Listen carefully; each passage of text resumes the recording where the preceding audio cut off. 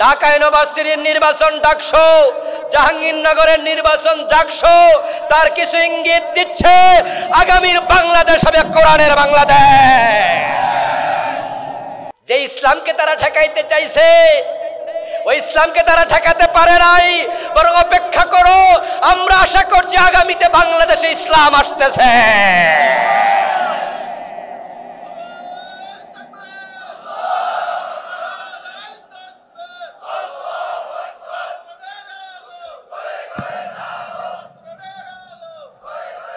ইনশাআল্লাহ আগামীর শয্যা ইসলামের শয্যা হবে।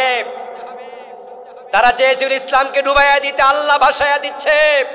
প্রিয় দিনী ভাইয়েরা, আল্লাহ তাআলার অগণিত শুকরিয়া যিনি আমাদেরকে কোরআনের আহ্বানে, কোরআনের এই ময়দানে সকলে মিলে একসাথে উপস্থিত হওয়ার তৌফিক দিলেন, যিনি আমাদেরকে সুস্থ রাখলেন। পবিত্র কোরআনের কথা বলা এবং শোনা এটা আল্লাহর করুণা, আল্লাহর নেয়ামত। এই কোরআনের কথা আমরা বলছি এবং শুনতে পাচ্ছি, যে আল্লাহ আমাদেরকে তৌফিক দিলেন। আমরা শুরুতে তাকে কৃতজ্ঞতা জানাই, শুকরিয়া জানাই, কালিমাতু শুকর পড়ি আলহামদুলিল্লাহ।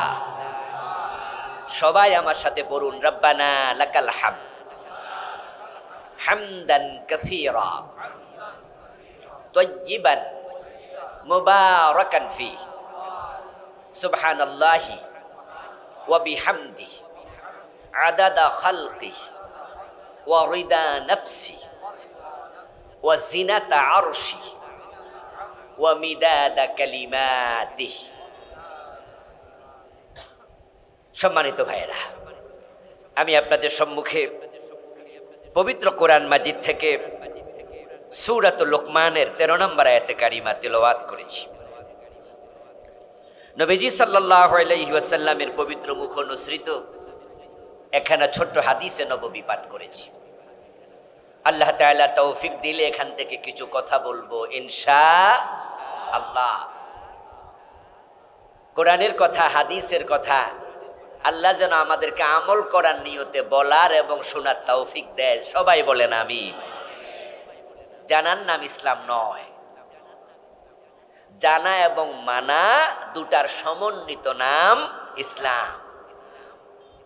জানা যেমন ফরজ, মেনে চলাও কি ফরজ। আমাদের দেশে জানার লোক কম নাই, তবে মানার লোকের বড়ই অভাব। সুদ খাওয়া হারাম, আচ্ছা এটা কয়জন মুসলমান জানে না? এটা সবাই জানে, কিন্তু সবাই কি মানে? মানে না। এই জন্য কোরআনের কথা, হাদিসের কথা আমরা মানার নিয়তে শুনব। আর যারা মানার জন্য নিয়ত করে, নিয়াতুল মুমিন খায়রুম মিন আমালি, মুমিনের নিয়ত আল্লাহর কাছে তার আমলের চেয়েও সেরা। সুবহানাল্লাহ পড়েন। কর্ম থাকে দেহে, কর্ম হয় বিল জাওয়ারিহ, অঙ্গ প্রত্যঙ্গের মাধ্যমে, আর নিয়ত হয় কলবের মাধ্যমে, মনের মাধ্যমে। আমরা কোনো কোনো মানুষকে মাঝে মাঝে বলি, তোমার মনে কি আছে আমি কি বুঝি না, বলি না এরকম? অর্থাৎ তোমার চিন্তা কি এটা আমি বুঝি। মন, কলব, হৃদয়। কাজ হয় অঙ্গ প্রত্যঙ্গ দিয়ে, আমল হয় বিল জাওয়ারিহ, কিন্তু নিয়তটা হয় কলব দ্বারা। এবার বলুন তো, আল্লাহ কি আমলের দিকে আগে তাকায় না অন্তরের দিকে আগে তাকায়? মাশাআল্লাহ। ইন্নাল্লাহা লা ইয়ানজুরু ইলা সুওয়ারিকুম ওয়া আমওয়ালিকুম ওয়ালাকিন ইয়ানজুরু ইলা কুলুবিকুম ওয়া আমালিকুম। নবীজি সাল্লাল্লাহু আলাইহি ওয়াসাল্লাম বলেছেন, নিশ্চয় আল্লাহ তাআলা তোমাদের চেহারার দিকে তাকাবেন না, তাকাবেন না তোমাদের সম্পদের দিকেও। তোমার দাড়ি কত লম্বা, টুপি কত সুন্দর, তুমি কত লাখ টাকা খরচ করে মাদ্রাসা বানাইছো, মসজিদ বানাইছো, কত কোটি টাকা মানুষকে যাকাত দিয়েছো, আল্লাহ সম্পদের দিকেও তাকাবেন না, আল্লাহ তোমার চেহারার দিকেও তাকাবেন না। ওয়ালাকিন ইয়ানজুরু ইলা কুলুবিকুম, বরং তিনি সবার আগে তাকাবেন তোমার মনের দিকে। তোমার নিয়তে কি আছে আল্লাহ সেটা দেখবে। এটা একবার নামায় ফেলেন, মাশাআল্লাহ। নিয়ত যদি ভালো না হয় তাহলে যুদ্ধের মাঠে মারা গেল শাহাদাত নসিব হয় না, নিয়ত খারাপ। এর জন্য হাসরের ময়দানে আল্লাহ তাআলা শহীদকেও ডাকবেন। আল্লাহর পথে যুদ্ধ করছে, শহীদ হয়েছে, মানুষ বলছে শহীদ অমক, শহীদ তমক। আল্লাহ তাকে ডেকে কিয়ামতের দিন বলবেন, এই মিয়া, আমি তোমাকে এই দিয়েছি, ও দিয়েছি, হায়াত দিয়েছি, জীবন দিয়েছি, তোমাকে আমি বারাকা দিয়েছি, খাবার দিয়েছি, অক্সিজেন, নাইট্রোজেন, কার্বন ডাইঅক্সাইড দিয়েছি, এসব যে নিয়ামত তুমি পাইলা, এর বিনিময়ে তুমি আমারে কি দিছো? তখন শহীদ বলবে, আল্লাহ আমি তো তোমার জন্য জীবনটাই দিয়ে দিছি। আল্লাহ তাআলা তাকে বলবেন, মিয়া চালাকি করো না, তুমি আমার পথে মরছো এই কথা সত্য, কিন্তু তোমার অন্তরে ছিল আমার পথে মরলে মানুষ তোমারে বাহাদুর বলবে, বীর বলবে, শহীদ বলবে। তাহলে মানুষের কাছে তোমার সম্মান বৃদ্ধি হবে, ওই নিয়তে মরছো, আমি আল্লাহর জন্য মরো নাই। সুতরাং তুমি যুদ্ধের মাঠে মরছো, কিন্তু শাহাদাত তোমার কপালে নাই। ফেরেশতাকে বলবে তাকে উল্টা করে জাহান্নামে ফেলে দাও। এই জন্য আমলের দাম বেশি না নিয়তের দাম বেশি? হ্যাঁ, ওয়া আমালিকুম ওয়ালাকিন ইয়ানজুরু ইলা কুলুবিকুম ওয়া আমালিকুম। এবার নিয়তে যাই আছে, নিয়তে থাকলেও হবে না, আবার আমলও করতে হবে। আজকের মাহফিলে আমার আলোচনা শোনার পরে কোন একজন ভাই নামাজে ফাঁকিবাজি করতেন, তিনি সিদ্ধান্ত নিলেন যে আজ থেকে আমি আর 5 ওয়াক্ত নামাজ তরক করব না, 5 ওয়াক্তই পড়ব। নিয়তটা খুব সুন্দর, কিন্তু ফজরের টাইমে ঘুম থেকে ওঠে নাই, ফজরের নামাজের সওয়াব হয়েছে তো? তাহলে শুধু নিয়ত হইল, কাম হইব না। এই জন্য আল্লাহ তাআলা নিয়তের দিকে তাকাবেন শুরুতে, তারপর আবার আমলের দিকেও তাকাবে। এই জন্য নিয়ত লাগবে, আমলও লাগবে। আমরা আজকে যে কথাগুলো শুনবো, আমল করার নিয়তে শুনবো। আল্লাহ তুমি তৌফিক দাও সকলকে, আবারও বলেন আমিন। আল্লাযীনা জাহাদু ফীনা লানাহদিয়ান্নাহুম সুবুলানা।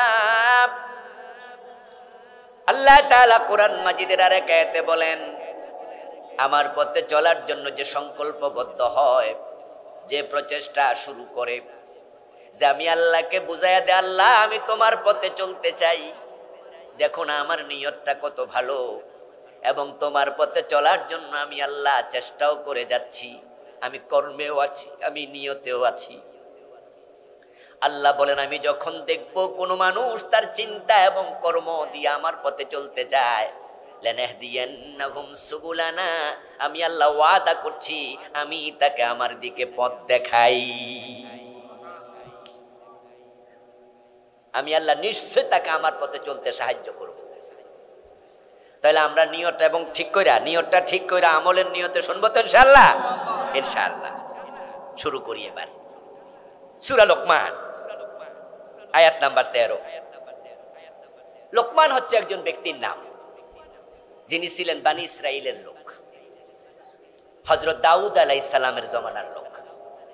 সুলাইমান নবীর বাবা হযরত দাউদ আলাইহিস সালাম। নবীজি সাল্লাল্লাহু আলাইহি ওয়াসাল্লামের আগমনের অনেক বছর আগে উনার জন্ম।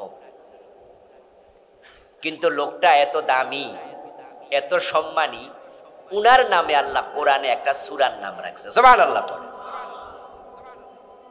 হযরত লোকমান আলাইহিস সালাম আল্লাহ তাআলার কাছে এমন ভাবে তিনি মকবুল হলেন, কবুলিয়ত পেলেন, উনার নামে তামাম দুনিয়ায় মানুষ নাম রেখে সম্মান বোধ করে। এবং যখন লোকমান নামে আমরা কাউকে শুনি, কাউকে দেখি, তখন লোকমানের নাম আমাদের স্মরণ হয়ে যায়। লোকমান আলাইহিস সালাম আল্লাহর কাছে খুব মকবুল বান্দা, প্রিয় বান্দা। এতটাই প্রিয় যে উনার নামে কোরআনের সূরা, এবং এই সূরা মানুষ কিয়ামত পর্যন্ত তেলাওয়াত করবে, ঠিক না? বারবার বলবে লোকমান লোকমান লোকমান। কোরআন যখন পড়বে, এখানে 4টা অক্ষর আছে, লাম, কাফ, মিম, আলিফ, নুন, 5টা অক্ষর লোকমান।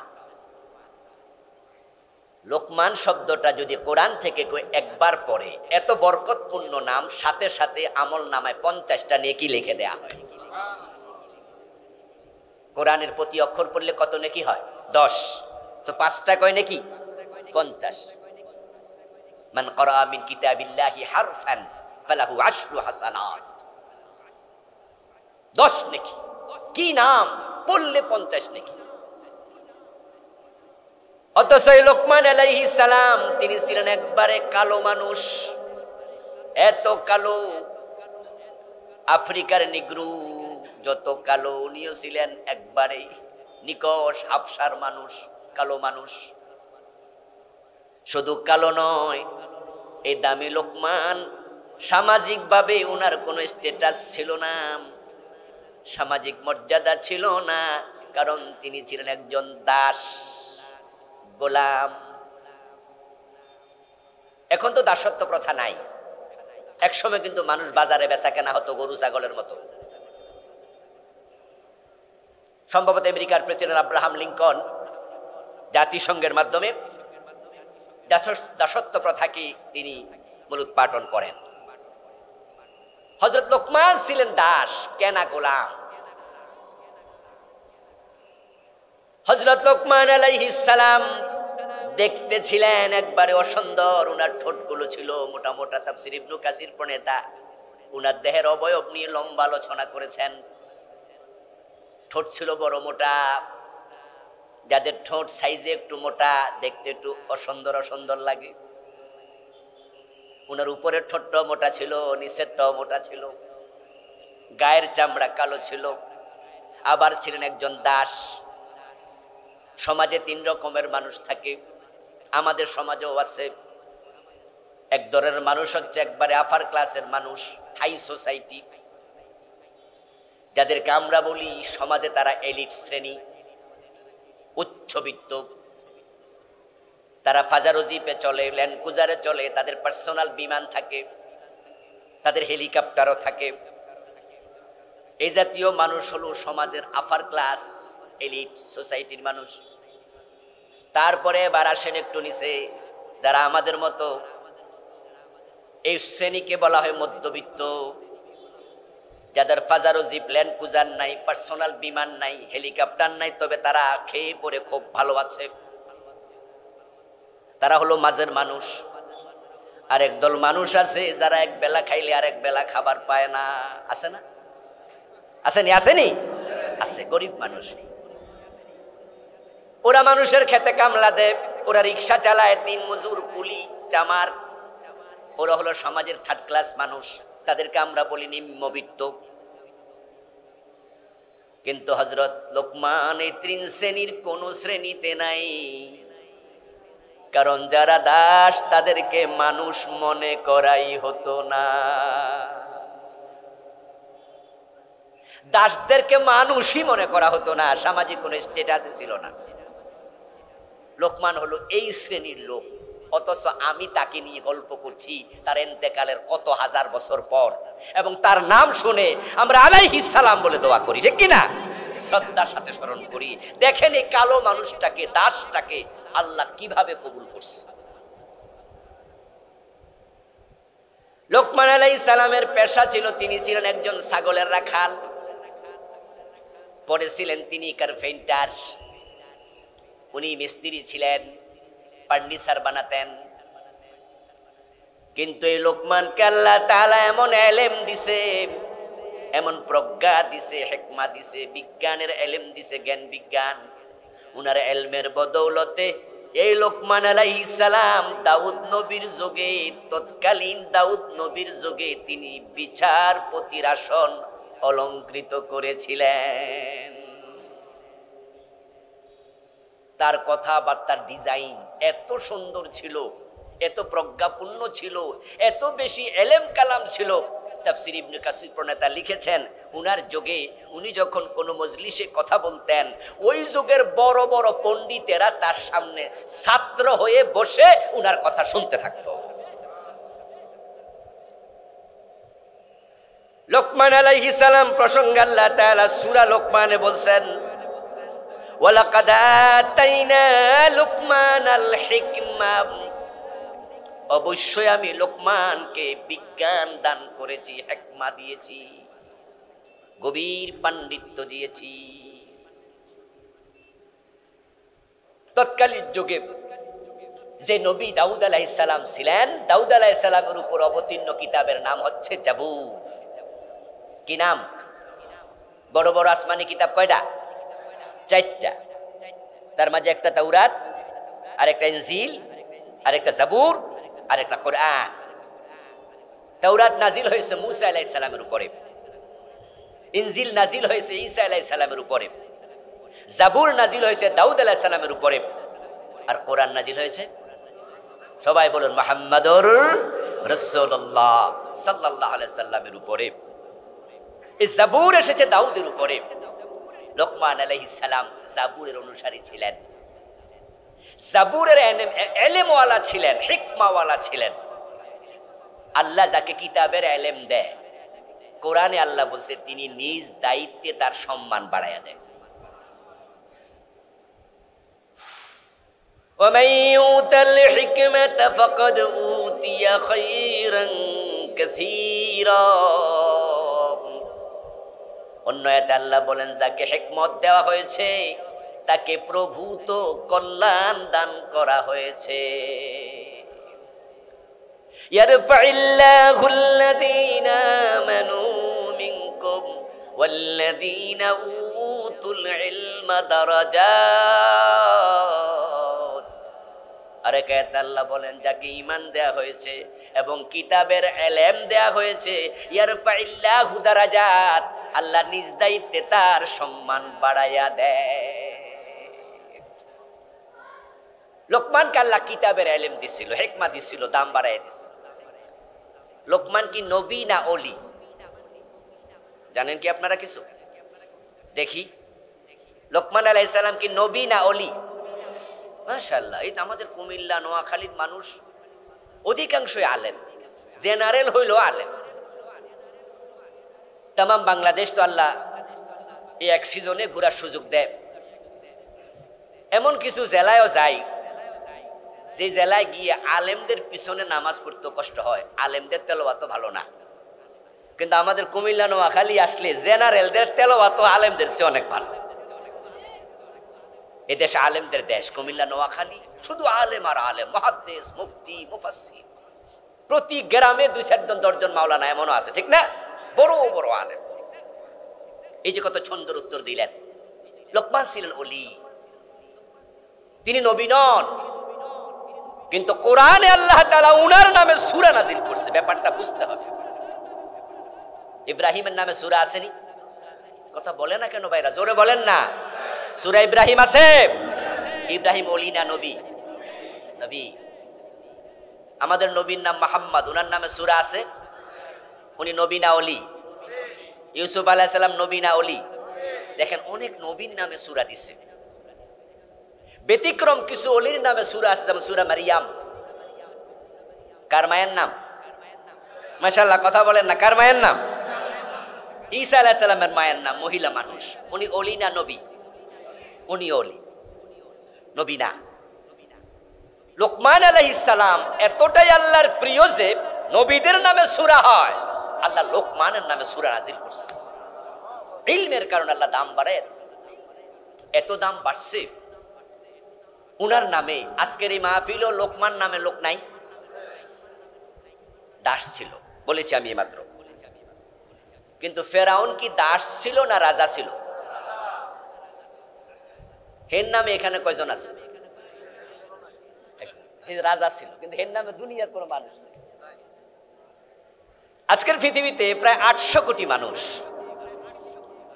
800 কোটি মানুষের মাঝে হিন্দু আছে, বৌদ্ধ আছে, ইহুদি আছে, খ্রিস্টান আছে, নাস্তিকও তো আছে, আছে না? নাস্তিকও এখন অনেক। গত মাসের 29 তারিখে জাপান গিয়েছিলাম। 2 দিনের ছোট্ট ট্যুর ছিল, আবার 1 তারিখে চলে আসছি। তো জাপান সম্পর্কে আমার আইডিয়া ছিল না আগে। আমি জানতাম তারা বুদ্ধিস্ট, চায়না এবং জাপান তারা বৌদ্ধ। কিন্তু জাপানে যাওয়ার পরে আমাদের বাইরের থেকে কনসাল্ট করে আলোচনা করে বিভিন্ন বিষয় জানলাম, সেখানে 52% অ্যাথেইস্ট, নাস্তিক। বললো তারা এখন আর ধর্ম মানে না। 52 মানুষ আছে বললো 12.5 কোটি, কম বেশি। তার মাঝে মুসলমানের সংখ্যা মাত্র 3.5 লক্ষ। তাহলে পার্সেন্টেজে আসবে না, 1%ও না। প্রতি কোটিতে 1 লাখ হলেও তো 12 লাখ হইতো নাকি, 12.5 লাখ হইতো। 1% যদি হয় 12.5 লাখ হইতো। তারা 3.5 লাখের মানে পার্সেন্টেজে আসবে না, 0.000 তারপরে। তারা নাস্তিক। আচ্ছা যাই হোক, কেন নাস্তিক সেদিকে কাছে গেলাম না, কিছু রিজন আছে, কারণ আছে। কিন্তু আমি বলছি যে পৃথিবীতে নাস্তিক আছে, হিন্দু আছে, বৌদ্ধ আছে, ইহুদি আছে, খ্রিস্টান আছে। 650 কোটি কাফের, মুসলমান মাত্র 200 কোটি, 800 কোটির মাঝে। কিন্তু কোন নাস্তিকতার ছেলের নাম ফেরাউন রাখে। আপনাদের এলাকায়, আমাদের 14 গ্রাম এলাকায়, আমাদের এই শ্রীপুরে হিন্দু আসেনি? আছে। হিন্দুদের মাঝে গরিব মানুষ নাই? আছে। আমার বন্ধু বড় গরিব, থাকার ঘরটাও ভালো নেই। ওই হিন্দুর বাচ্চা হয়েছে, আপনি শুনলেন যে জগদীশ চন্দ্র বসু, জগদীশ বাবু দুলাল চন্দ্র দাস, তার ছেলে জন্ম হয়েছে।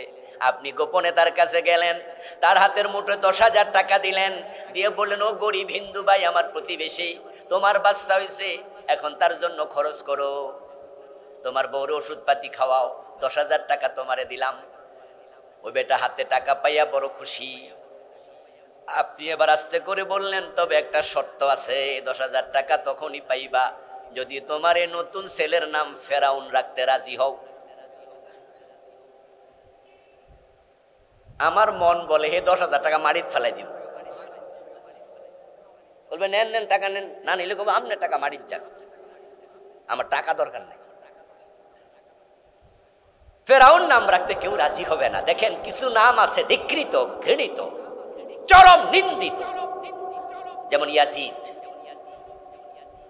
ইয়াজিদ নামে বড় বড় তাবি আছে, ইয়াজিদ নামে বড় বড় আলেম পৃথিবীতে ছিল।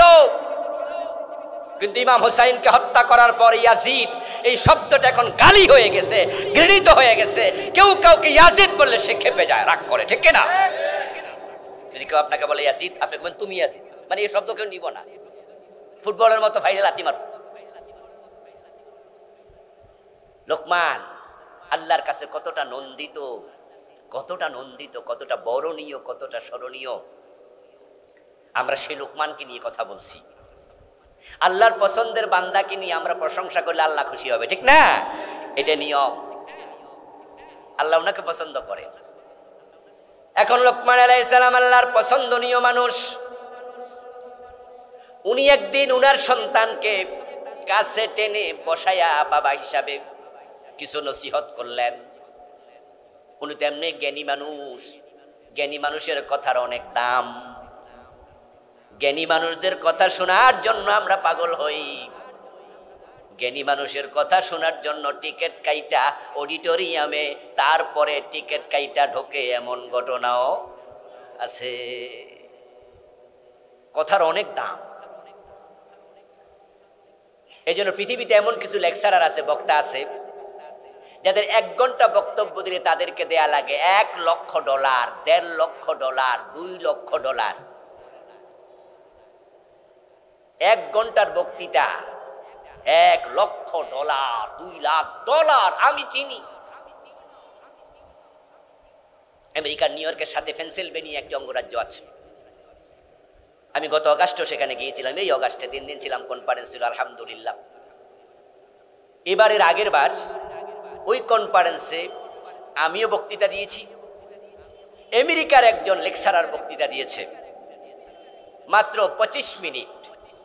তো জাস্ট আমি জানার জন্য জিজ্ঞাসা করছিলাম, উনাকে নাকি অনেক পয়সা দিয়ে বক্তৃতা শোনা লাগে। নাম আমি বললাম না, নাম বললে অনেকে এখানে চিনে ফেলবেন ওনাকে। তামাম হোল ওয়ার্ল্ড, তামাম পৃথিবীতে পরিচিত বক্তা। বললেন যে হুজুর, আমরা খুব একটা পয়সা দিয়ে আনি নাই, তবে $15,000 দিয়েছি। এরকম একটা অঙ্ক আমাকে একজন বললেন। $1,000 মানে কত টাকা জানেন তো? 1,30,000 বর্তমানে। 1,28,000 থেকে 30,000 হলো $1,000। তাহলে উনাকে কত দিছে? পয়সা দেয় নাই, দেয়া লাগে নাই, শুধু 15,000 দিছে। তাহলে তা 20 লাখের সমান। কথা এত দামি জিনিস, যারা বলতে পারে তাদের কথা শোনার জন্য মানুষ পাগল হয়ে যায়। যেই লোকটাকে $15,000 দিছে, সে দাবি করলে $30,000, $50,000 দেয়। তার দেশে আমেরিকাতে $50,000 দেয়। কাফেরের দেশ, এবং তার কথা শোনার জন্য মানুষ অডিটোরিয়ামে টিকিট কেটে যায়। হযরত লোকমানের এলেম এত বেশি ছিল যে তার প্রজ্ঞাপূর্ণ কথা শোনার জন্য তৎকালীন যুগের বড় বড় সম্মানী আলেমরা, শিক্ষকরা তার সামনে আজকে যেভাবে আপনারা বসে আছেন এভাবে বসে থাকতো। এবার আপনাদের কাছে জানতে চাইব, ওনার কথাগুলোর দাম কম না বেশি? আলহামদুলিল্লাহ, দেখেন মাঠ কিন্তু পায়ে পড়ে গেছে, কিন্তু এরপরও কিছু ভাই দাঁড়ায় আছে। আমি বলবো যারাই আসেন তারাই বসে যাবেন। এতক্ষণ পর্যন্ত যে কথাগুলো বলছি এগুলোর মাঝে কিছু এলেম কালাম আছে না? মনোযোগ দিয়ে শুনলে এই এলেমগুলো কাজে লাগবে। আপনাদের এখানে অনেক ভাইরা আছেন তাফসীর ইবনে কাসির থেকে, বাইজাবি থেকে, কাশাফ থেকে, খাজেন থেকে। আমরা পড়ে 10-15টা 12টা তাফসীর, তারপর এসে 1 ঘন্টা ওয়াজ করি। হয়তো আপনি জীবনও তাফসীর ইবনে কাসির আরবিটা পড়ার সুযোগ আল্লাহ আপনাকে আর দেবে না। আপনি তো জেনারেল শিক্ষিত, আপনি হয়তো এখানে ডাক্তার, ইঞ্জিনিয়ার। কিরে ভাই, বাতাস তো লাগতেছে না, আরো আগাই দেন না, গরম তো ভাই, ডিস্টার্ব করেন না ভাই। হ্যাঁ, মাইকে মনে একটু ডিস্টার্ব করে নাকি? না, ঠিক আছে, তাহলে বাতাস কমায়েন না। এই যে আপনি চাইলেও আপনি তাফসীর খাজেন, বাজাবি, কাশাফ পড়ে এসে আপনি ইসলাম শিখতে পারবেন না। কিন্তু একজন বক্তা যখন আসে তিনি এই 1-1.5 ঘন্টা আপনাকে কত বই থেকে বলবে। এখন উনার এই বইগুলো যে শিখছে, পড়ছে, উনার কথারে দাম দিয়া একটু মনোযোগ দিয়ে শোনাটা দরকার আছে কিনা? আর দ্বিতীয় হলো, আমি তো আপনাদের ভাই, আপনাদেরই আমি খুব কাছের মানুষ, আপনাদের ভাতিজা, আপনাদের আত্মীয়। তা আমার কথা বলার হকও বেশি, আবার আপনাদের কাছ থেকে শোনার দাবি করার হকও বেশি। আর বসে যান শব্দ যেন বলা না লাগে, ইনশাআল্লাহ। লোকমান আলাইহিস সালাম ছেলেকে ডাকলেন, উনার সন্তানকে কাছে বসায়া কিছু নসিহত করলেন, উপদেশ দিলেন, অ্যাডভাইস দিলেন। আজ থেকে কয়েক হাজার বছর আগে লোকমান আলাইহিস সালাম ছেলেকে যে অ্যাডভাইস গুলো দিলেন, সেখানে আমরা এখানের কেউ হাজির ছিলাম না। আরশের মালিক আরশে আজিম থেকে শুনেছে লোকমান তার ছেলেকে নসিহত করতেছে। হযরত লোকমান আলাইহিস সালামের নসিহত গুলো আল্লাহর কাছে এত ভালো লাগলো, উনার নসিহত গুলো আল্লাহ কোরআনের আয়াত বানায় আর লৌহে মাহফুজে লিখে ফেলেছে। বাল হুয়া কুরআনুম মাজিদুন ফি লাওহিম মাহফুজ। কোরআন লৌহে মাহফুজ থেকে এসেছে। এটা হচ্ছে ছায়া কোরআন, আসলি কোরআন লৌহে মাহফুজে। কোরআন লৌহে মাহফুজে এখনো আছে। ওখান থেকে আল্লাহ তাআলা তার একটা কপি পাঠাইছে দুনিয়ায়। এটা আসলি কোরআন নয়। ফটোকপি বোঝেননি? ফটোকপি বোঝেন তো নাকি? এই যে আমাদের মোবাইলের ভিতরে আমরা বিভিন্ন পিডিএফ লিখি না, বিভিন্ন লেখালেখি করি। যারা শিক্ষিত মানুষ তারা, আমরা তো এখন SMS পাঠাই। আমি যদি এখানে 1 পৃষ্ঠা লিখি, লিখে আপনার কাছে পাঠাইয়া দেই, আমি থাকি দূরে, আপনি আছেন এখানে, তারপর আমি বললাম যে লেখাটা পাঠাইছি এটা কম্পিউটার দোকানে যান, দোকানে যাই এটারে কপি করে বের করেন। কম্পিউটার দোকানে গেলে ও বেটা বলে ঠিক আছে আমার এখানে আপনি এই পাঠাই দেন। উনি উনার ইমেল দিল, ইমেইলে আমি পাঠাই দিলাম, তারপরে বেটা টিপ করলো, টিপ দেওয়ার সাথে সাথে কাগজে লেখা আকারে বাইর হয়ে গেল। এমন সুযোগ এখন আছে নাই? দেখছেন নি মানুষের বুদ্ধি কত? 1450 বছর আগে ওই লৌহে মাহফুজ থেকে আল্লাহ দুনিয়া কপি পাঠাইছে, তবে লিখিত নয়, পাঠাইছে শব্দে। যে শব্দগুলো কানে আসছে নবী মুহাম্মদের, অন্তরে আল্লাহ ইলহাম করেছে, নবীজি মুহাম্মদ সাল্লাল্লাহু আলাইহি সাল্লাম আমাদেরকে তেলাওয়াত করে শোনাইছে, ঠিক না? তারপরে এবার হযরত আবু বকর সিদ্দিক রাদিয়াল্লাহু তাআলা আনহুর যুগে সিফফিনের যুদ্ধ হয়। সেই যুদ্ধে অনেক হাফেজে কোরআন শহীদ হয়। তখন ফারুক আজম ওমর রাদিয়াল্লাহু তাআলা আনহু পরামর্শ দিলেন আবু বকর সিদ্দিককে, হুজুর অনেক হাফেজ তো শহীদ হয়ে গেল, তাহলে কোরআন তো লিখিত আকারে নাই, কফি আকারে নাই, এক নুসখায় নাই। এখন যদি হাফেজরা মরে যায় তাহলে তো কোরআনের বিভিন্ন কফি হাফেজদের অন্তরে যেগুলো আছে এগুলো তো চলে যাচ্ছে।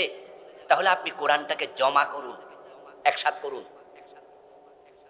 আবু বকর সিদ্দিক রাদিয়াল্লাহু তাআলা আনহু তখন যায়েদ বিন সাবিত রাদিয়াল্লাহু তাআলা আনহু নামে একজন বিখ্যাত সাহাবী, উনাকে ডাকলেন, ডেকে বললেন যে যায়েদ, কোরআনকে লিপিবদ্ধ করার জন্য আমি একটা কমিটি বানাতে চাই। সে কমিটির তোমাকে আমি বানাবো চিফ অ্যাডভাইজার, তুমি হবে প্রধান সমন্বয়ক। যায়েদ বিন সাবিত রাদিয়াল্লাহু তাআলা আনহু আবু বকর সিদ্দিকের নির্দেশনা পেয়ে তিনি এবার কোরআন সংকলন করার চেষ্টা শুরু করলেন। যে হাফেজরা জীবিত ছিল তাদেরকে ডাকলেন, তাদের থেকে শুনলেন। কোরআনের কিছু লিপিবদ্ধ নুসখা ছিল, পাথরের মাঝে লেখা ছিল, গাছের বাকলে লেখা ছিল, বিভিন্ন চামড়ার মাঝে নবীজির যুগে লেখা ছিল। কাতিবুল ওহী যারা ছিলেন তারা লিখেছিলেন। সবটা মিলাইয়া এবার কোরআনকে এরকম 30 পারার কপি করা হলো। পড়ুন সুবহানাল্লাহ। এইভাবে থেকে গেল। হযরত আবু বকর সিদ্দিক রাদিয়াল্লাহু তাআলা আনহু কোরআনের এবার মূল কপি যেটা লেখা হলো যায়েদ বিন সাবিত রাদিয়াল্লাহু তাআলা আনহুর তত্ত্বাবধানে, ওই কপিটাকে তিনি হযরত হাফসার কাছে রেখে দিলেন। হাফসা হলো হযরত ওমরের মেয়ে, আমাদের প্রিয় নবীর স্ত্রী, উম্মতের মা রাদিয়াল্লাহু তাআলা আনহা। হাফসা উনার কাছে এটা সংরক্ষিত ছিল। চলে গেল অনেক দিন। তারপর ওসমান যখন ক্ষমতায় আসেন, ওসমান রাদিয়াল্লাহু তাআলা আনহু আসার পর তিনি আবার এটাকে কপি করে করে করে করে তামাম পৃথিবীর বিভিন্ন দেশে, ইসলাম তখন চলে গেছে ইতালির রাজধানী রোম পর্যন্ত, ইসলাম চলে গিয়েছে পারস্যের সে ইরানের পারস্য পর্যন্ত, বাহরাইন সহ অর্ধ পৃথিবী। ওসমান তামাম পৃথিবীর অর্ধেকটায় কোরআনের কপি পাঠালেন। এখন এই কপি আমাদের কাছে আছে, কিন্তু মূল কোরআন কোথায়? লৌহে মাহফুজ। মূল কোরআন কোথায়? লৌহে মাহফুজ। হযরত লোকমান আলাইহিস সালাম সন্তানকে তালিম দিচ্ছেন, নসিহত করছেন, ওয়াজ করছেন। উনার মুখের কথাগুলো আল্লাহর বেশি পছন্দ হয়ে গেল। এত সুন্দর কথা, এত সুন্দর নসিহত। তিনি তার শব্দগুলো, কথাগুলো লৌহে মাহফুজে কোরআনের আয়াত বানায়া লিখে ফেললেন। নবীজি সাল্লাল্লাহু আলাইহি ওয়াসাল্লাম নবুয়ত পেলেন। এবার কোরআন নাজিল শুরু।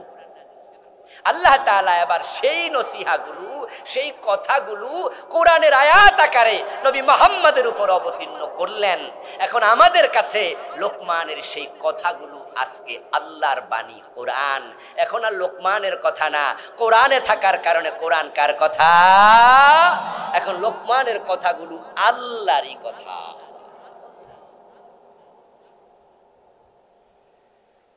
লোকমান আলাইহিস সালামের নসিহাগুলো আল্লাহর কাছে এত ভালো লাগছে যে আল্লাহ এগুলো কোরআনের আয়াত বানায়া নাজিল করলেন।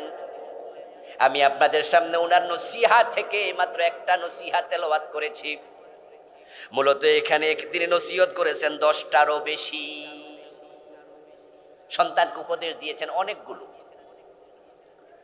এখানে আমাদের জন্য একটি শিক্ষা, সেটা হচ্ছে বাবা হিসাবে সন্তানদেরকে মাঝে মাঝে নসিহত করা উচিত। আজকে সন্তানদের সাথে বাবাদের সম্পর্ক কমে যাচ্ছে, বিশেষ করে মোবাইল আসার পরে আমাদের সামাজিক সম্পর্ক আগের চেয়ে একটু কমে গেছে। এখন আমরা সবাই মোবাইল মুখী। অফিস থেকে ফিরে স্বামী গায়ের শার্টটা খুলে মোবাইলটা হাতে নিয়ে শুয়ে শুয়ে টিপাটিপি শুরু। বউ ঘরের দরজাটা খুলে দিয়া স্বামীরে, তারপরে হয়তো ভাত টাত রেডি করতেছে, এর মাঝে বাম হাতে মোবাইল টিপতেছে। ছেলে আসছে কলেজ থেকে, ইউনিভার্সিটি থেকে, গায়ের জামা খুলে মোবাইল টিপতেছে। সবাই এখন মোবাইল নিয়ে ব্যস্ত। এতে করে পারস্পরিক সম্পর্কটা আগের চেয়ে কমে গেছে। সন্তানদের প্রতি বাবাদের নসিহত থাকা উচিত। এই শিক্ষা সবাই নেবেন আলহামদুলিল্লাহ। ব্যক্তিগতভাবে আমি আমার সন্তানদেরকে সুযোগ পেলে একসাথে বসি, তাদেরকে বন্ধুর মতো কাছে টানি, মনের কথাগুলো বলি। বাবা এইভাবে চলবে, ওভাবে চলবে, এটা করো না, সেটা করো না। বাবা তুমি যা করছো এটা কিন্তু ঠিক নয়, তোমার এটা করা ঠিক, ওটা করা উচিত নয়। কোন কারণে ঠিক নয় সেটা তাকে বুঝাইয়া দেই। আবার তার কোনো কথা থাকলে মনোযোগ দিয়ে আমিও শুনি। এতে করে পারস্পরিক সম্পর্ক ভালো থাকে। আর কোরআনে আল্লাহ তাআলা বলছেন ওয়াযাক্কির ফাইন্নায যিকরা তানফাউল মুমিনিন। ও নবী, আপনি মুসলমানদেরকে নসিহত করেন, যাদের ঈমান আছে নসিহত তাদের উপকারে আসবেই। সন্তানদের সাথে বন্ধুত্ব সুলভ আচরণ করবেন, তাদের সাথে আজরাইলের মতো থাকবেন না, ডিক্টেটর থাকবেন না। সন্তানদের সাথে সালাম দিবেন, মুসাফা করবেন। আপনি বাবা, সবসময় আমনে সালাম নিবেন, সারাক্ষণ গো ধরে থাকবেন, হেতে সালাম দেখ, এটা নবীজির সুন্নাহ না। নবীজি বাচ্চাদেরকে পর্যন্ত সালাম দিতেন। সুবহানাল্লাহ পড়েন। মাররান নবী সাল্লাল্লাহু আলাইহি ওয়াসাল্লাম আলা গিলমানিন ফাসাল্লামা আলাইহিম। হাদিস আছে, কিছু বাচ্চা এক জায়গায় দাঁড়ায় আছে, নবীজি পাশ দিয়ে হেঁটে যাচ্ছিলেন, বাচ্চাগুলো নবীজিকে সালাম দেয়নি, হয়তো খেয়ালও করেনি, নিজেরা গল্প করছে অথবা বুঝে না, ছোট মানুষ, কিন্তু নবীজি তাদেরকে নিজ থেকে সালাম দিলেন। সন্তানদের সাথে মুসাফা করবেন, তাদেরকে নিয়ে বসবেন। লোকমান তার সন্তানকে নসিহত করেছে, উনার সবগুলো নসিহতের মাঝে এক নাম্বার, إذا قال لقمان لابنه وهو يعظه يا بني لا تشرك بالله। আল্লাহ বলছে, হে নবীজি, আপনি স্মরণ করুন ওই সময়ের কথা যখন লোকমান তার সন্তানকে নসিহত করছিল। নসিহত করতে গিয়ে বললেন, ও আমার কলিজার টুকরা ছেলে, ইয়া বুনাইয়া, ইয়া ইবনি বলেন নাই। ইবনুন মানে ছেলে, ইবনুন মানে কি? ছেলে। আর ইবনি মানে আমার ছেলে। তিনি শব্দটা ইবনি না বলে বললেন বুনাইয়া। পার্থক্য আছে। বুনাইয়া মানে হলো আমার কলিজার টুকরা ছেলে। নসিহতের মাঝে দরদ থাকা লাগবে, নাকি শুধু লাড়ি লইয়া? আমরা তো চোখ বড় বড় করে তাকাই। বাবা ঘরে আইছে, এই যা যদি টের পায় তাহলে ঘরের সকলের গলা শুকাইয়া যায়। বৌমার একদিকে দৌড়, ছেলে মার একদিকে দৌড়, পুতের বৌমার আরেকদিকে দৌড়, মনে হয় ঘরে আজরাইলের ছোট ভাই আইছে। এমন কিছু মানুষ আছে কিনা? কেন রে? আপনি কি বাঘ না বললুক? যাদের ব্যবহার ভালো নয়, যারা মহাব্বত করতে জানে না, ভালোবাসতে জানে না, তারা নিজেরাও ভালোবাসা পায় না। আমাদের দেশে একটি বদ কথা প্রচলিত আছে, সেটা হচ্ছে rough behaviour is good administration. জানি না এই প্রবাদটা কে চালু করেছে, এই বচনটা কে চালু করেছে। বাংলা অর্থ হলো খারাপ ব্যবহার করলে অ্যাডমিনিস্ট্রেশন ঠিক থাকে। এই জন্য বাংলাদেশে আরেকটি কথা চালু আছে, বাসর ঘরে বিলাই মারো। এটা কি শুনছিলেন না আপনারা, নাকি অন্য শব্দ? হ্যাঁ, বাসর ঘরে বিলাই মারো। আরে এটা কি জিনিস আবার? এটা হচ্ছে বাসর ঘর থেকে বউয়ের সাথে এমন শক্ত আচরণ করবা, বউ যেন ডরে সোজা হয়ে থাকে। তো এখন বাসর ঘরে কি বউরে মারা যাবে? কি রে, কথা কয় না কেন ভাইয়েরা? বাসর ঘরে নতুন বউরে মাইর দেয়া যাবে? এই জন্য কারে মারতে হবে? বিলাইলে মারো। বাসর ঘরে বিড়াল মারো, এর মানে হলো আগ থেকে একটা বিড়াল ধরে রাখবে। বাসর ঘরে যে খাটে, যে আপনার চকিতে তারা স্বামী স্ত্রী একসাথে থাকবে, ওই সখীর পায়ার সাথে বিড়াল বেঁধে রাখবে। তারপরে নতুন বউ যখন ঘুর ঢুকবে, নতুন বউর সাথে গল্প হবে, কথা হবে, কিন্তু কোনো এক ফাঁকে ওই বিড়াল যখন মেও মেও করবে, এমন রাগ দেখাইতে হবে বিড়াল তো অলরেডি বান্দা আছে, এরই কি দৌড়ে ধরা লাগবে? আর কথা কয় না কেন? দৌড়ে ধরা লাগবে, হে তো বান্দা আছে। এবার বিড়াল মেও মেও করিস কেন, রাগ দেখাইয়া বিড়ালরে আছাড় মারবেন। বউ এই দৃশ্য দেখা বুঝবে বেশি কথা কইলা আমারে।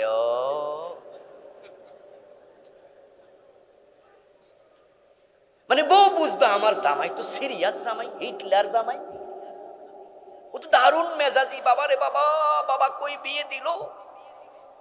এখন কি বউ বাসর করে কইতে পারবে বিয়া থুক্কু? কিরে ভাই, কথা কয় না কেন? কইতে পারবে যে বিয়া যেটা করছিলাম এটা থুক্কু? ইজাব কবুল তো শেষ, এখন যাইব কই? যাওয়ার যেহেতু জায়গা নাই, বউ সোজা হয়ে থাকবে, তাই বাজে প্রবাদ বানাইছে, খারাপ ব্যবহার কখন উত্তম অ্যাডমিনিস্ট্রেশন হয় না। ভালোবাসা দিয়ে বিশ্ব জয় করা যায়, জুলুম করে নিজের বউয়ের মনও পাওয়া যায় না। আমার নবীজি ছিলেন মদিনার প্রেসিডেন্ট 10 বছর। আমার রাসূল কি মানুষের সাথে খারাপ ব্যবহার করছে? উনার অ্যাডমিনিস্ট্রেশন কি লুজ ছিল, খারাপ ছিল? বরং সাহাবী বলেছেন, মা রাআইতু আহাদান আকসারা তাবাসসুমান মিন রাসূলিল্লাহি সাল্লাল্লাহু আলাইহি ওয়াসাল্লাম। সাহাবী বলছেন, রাসূলের সাহাবী, আমি প্রিয় নবীকে এত বেশি মুস্কি হাসি দিতে দেখতাম, নবীজির মতো এত মুস্কি হাসি দিতে কাউকে দেখি নাই। মা আয়েশা সিদ্দিকা রাদিয়াল্লাহু তাআলা আনহা বলেছেন, আমার রাসূল কোনদিন কোন মানুষের গায়ে হাত দেন নাই, মা কাউকে মারেন নাই। নবীজির 10 বছরের খাদেম আনাস বিন মালিক রাদিয়াল্লাহু তাআলা আনহু বলছেন, খাদেমতুন নবিয়্য সাল্লাল্লাহু আলাইহি ওয়াসাল্লাম 10 সিনিন ফামা ক্বালা লি উফ ওয়ালা লিমা সানাতা ওয়ালা আল্লাহ সানাতা। আমি নবীজির 10 বছরের খাদেম ছিলাম। আমি প্রিয় নবীকে 10 বছরে কোনোদিন আমাকে কেন করো নাই, কেন করেছ, এই প্রশ্নটাও করতেন না, করেন নাই। কত কাজ করতে বলছে আমি ভুলে গেছি, করি নাই। কত কাজ করতে মানা করছে, কিন্তু আমি করে ফেলছি, ছোট্ট ছিলাম, আমি বাচ্চা ছিলাম। কিন্তু আমার রাসূল কেন করেছ এই কথাটা কোনোদিন বলে নাই। ব্যবহার হবে ভালো, সন্তানদের সাথে মিশবেন, তাদের উত্তম অভিভাবক, উত্তম বাবা, উত্তম বন্ধু হবেন, নিজের স্ত্রীকে ভালোবাসবেন, তাদের সাথে অত্যন্ত উত্তম আচরণ করবেন। ওয়াশিরুহুন্না বিল মারুফ, আল্লাহ কোরআনে বলে স্ত্রীদের সাথে সর্বোত্তম ভাবে এক ঘরে বসবাস করো। মা আয়েশা সিদ্দিকা বলেছেন, আমার রাসূল আমাকে এত ভালোবাসতেন, আর তার স্ত্রীদেরকে এত ভালোবাসতেন, আমি গ্লাসের যে জায়গায় ঠোঁট লাগাইয়া পানি পান করতাম, গ্লাসটা রাখলে রাসূল ঠিক সেই জায়গায় আবার ঠোঁট লাগাইয়া পানি পান করতেন। আমার রাসূল আমাকে, আমাদেরকে এত ভালোবাসতেন। মাঝে মাঝে আমরা হাড্ডি চিবাইয়া, গরুর গোস্ত, গরুর মাংস, আপনার মুরগির গোস্ত খাচ্ছি, হাড্ডিটা চাবাইয়া রাখলাম, চুষে রাখলাম, কিছু হাড্ডি আছে আমরা শসা দিয়ে রেখে দিই, ঠিক না? কথা কয় না কেন ভাইয়ারা? শসা দিয়ে রেখে দেই না? মা আয়েশা বলে, আমি দেখতাম মাঝে মাঝে আমার রাসূল ওই হাড্ডিটা মুখে লাগাইয়া আবার চুষতেন। লোকমান আলাইহিস সালাম সন্তানকে 10টার বেশি নসিহত করলেন। তার মাঝে আমি আজকে বলবো 1 নাম্বারটা, ক্লাসে 10 জন ছাত্র যদি থাকে, সবচেয়ে ভালো ছাত্রের রোল নাম্বার কত? তাহলে যেটা সিরিয়াল 1, এটার গুরুত্ব একটু বেশি। এখন 1 নাম্বারটা হলো, ইয়া বুনাইয়া, ও আমার কলিজার টুকরা ছেলে, লা তুশরিক বিল্লাহ, আল্লাহর সাথে কখনো শিরিক করিও না। ইন্নাশ শিরকা লাযুলমুন আযীম। এটাকে সবার আগে উপস্থাপন করার কারণ এবার বলছে, কারণ হলো শিরিক হলো সবচেয়ে বড় অপরাধ, শিরকের মতো বড় কোনো গুনাহ নাই। ঠিক আজকে আমার 14 গ্রামের ভাইদেরকে, আমার শ্রীপুরের ভাইয়েরা, কাশীনগরের ভাইয়েরা, শুভপুরের ভাইয়েরা, মিয়াবাজারের ভাইয়েরা, এখানকার লোকেরা তো আমরা আসছি, ঠিক না? আপনারা আমার আপনজন, আপনাদের সাথে আমরা অনেক দিন কথা বলতে পারি নাই। 1 বছর, 1 যুগের বেশি আমাকে কোরআনের কথা এই জমিনে বলতে দেয় নাই। আপনাদের এখানে একটা গ্রাম আছে, আসছিলাম ওইদিকে, কোথায় জানি, ওই যে মাদ্রাসা শরীফপুর, শরীফপুর শরীফপুর শরীফপুর আমাদের মহতারাম মাওলানা মনিরুল ইসলাম ভাই, উনার মাদ্রাসা আছে, ওখানে মনে 2 বার আসছিলাম, আর আসতে দেয় নাই। আপনাদের এই শ্রীপুরের কলাবাগানের পাশে মনে হয় মাহফিল নিয়েও আর করতে পারে নাই, পোস্টারিং করছে, তার বড় দেয় নাই। কলাবাগান বাজারে দীর্ঘ সময় আমাকে আসতে দেয় নাই। তারা আমাকে আমার জমিনে, আমার ভূখণ্ডে, আমার জন্মভূমিতে আসতে দেয় নাই। আল্লাহ নারাজ হয়েছে। এই যে আমি আপনাদের সামনে প্রায় 1 ঘন্টা কথা বলে ফেলছি, এখানে আমার বাপ দাদার কথা বলছি, যতটুকু বলছি কোরআন হাদিস থেকে আমরা রেফারেন্স দিয়ে বলছি। আল্লাহর জমিন, আল্লাহর কোরআনের কথা তোমরা বলতে দিবা না, জুলুম করবা, আসলে পুলিশ পাঠাইয়া দিবা। দিনের বেলা একটা মাহফিল করতেছিলাম মিয়া বাজারের পাশে, শামুক সার, দিনের বেলা সেখানে পুলিশ পাঠাই দিছে। মাহফিল চলছিল, এই অবস্থায় মাহফিল বন্ধ। আর আমি কোন রকমে আমার লোকেরা হুজুর সামনে দিয়ে গেলে পুলিশ ধরবো, কোনা দিয়া ফালান।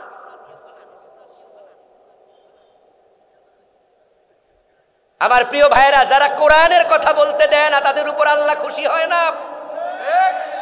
আরে ভাই, রাজনীতি আমরা সবাই তো কম বেশি করি, ঠিক কিনা? আপনারটা আপনি করেন, আমারটা আমি করব, কিন্তু কোরআনের কথা বলতে বাধা দেবেন কেন? যারা বাধা দিয়েছিল তারা আমাকে এলাকা থেকে সরাইছে, দূরে সরাইছে, আল্লাহ তাদেরকে দেশ থেকে দূরে সরাইয়া দিছে।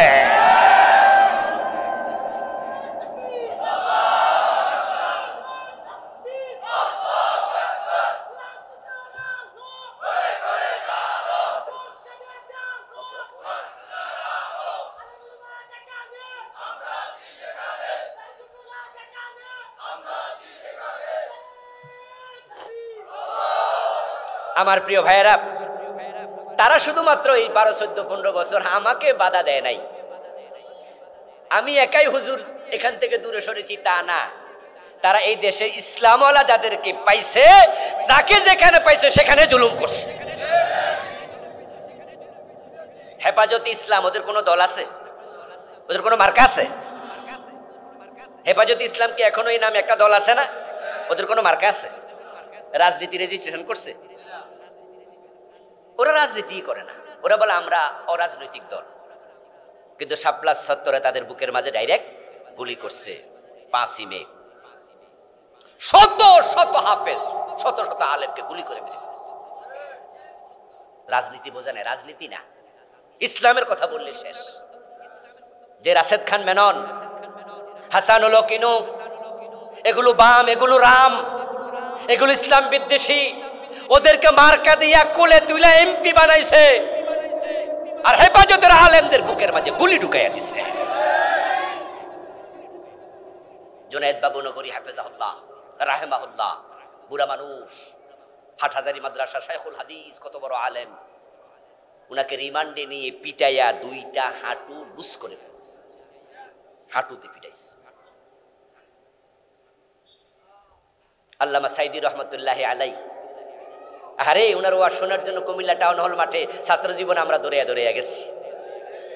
আপনারাও অনেকে গেছেন, দল বোঝে না, উনি কোন দল সেটা দেখার বিষয় না, উনি কোরআনের পাখি, কোরআনের মুফাসসির, আমরা সবাই দল ভুলে যেতাম। উনাকে 12 বছরের বেশি জেলখানায় রাখছে, শেষ পর্যন্ত স্লো পয়জনিং করে মেরে ফেলছে। উনার মৃত্যুটা স্বাভাবিক মৃত্যু ছিল না। তারা চেয়েছিল ইসলামকে শেষ করে দেবে এই দেশে, এই জন্য তারা সিলেবাসের ভিতরে নাস্তিকতা ঢুকাচ্ছিল। প্রাইমারি স্কুলে, হাই স্কুলে, কলেজে ইসলামী যে কবিতা ছিল, গল্প ছিল, গদ্য ছিল, প্রায় সব বাদ দিয়ে শুধু হিন্দুদের লেখা ঢুকেছে, শুধু হিন্দুদের লেখা, শুধু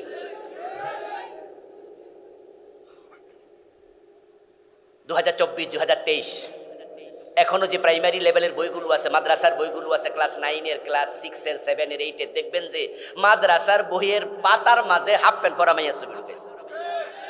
2024-এর বইয়ের সামাজিক বিজ্ঞান বইটি দেখবেন।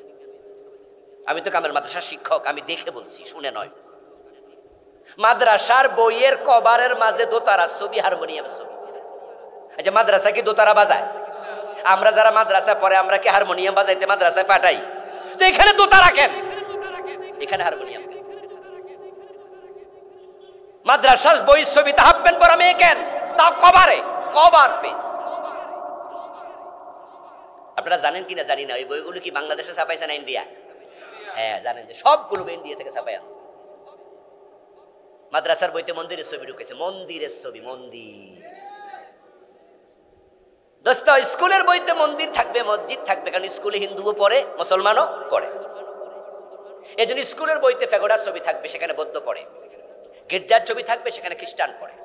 মসজিদের ছবি থাকবে, মুসলমান পড়ে। মন্দিরের ছবি থাকবে, হিন্দু পড়ে, কিন্তু মাদ্রাসায় কি কোনো হিন্দু পড়ে? এখানে মন্দির ঢুকলো কেন? এখানে মন্দির কেন? শুধু আবুল কালাম আজাদ বাশারকে তারা 12 বছর আসতে দেয় না 14 গ্রাম ওয়াজ করতে, এটা না, তারা ইসলামকে দেশ থেকে তাড়াতে চাইছিল, আল্লাহর গজবে ওদেরকে আল্লাহ মুছে দিয়েছে। এটা ওদের প্রাপ্য ছিল, পাওনা ছিল। যে ইসলামকে তারা ঠেকাইতে চাইছে, ওই ইসলামকে তারা ঠেকাতে পারে নাই। বরং অপেক্ষা করো, আমরা আশা করছি আগামীতে বাংলাদেশে ইসলাম আসতেছে।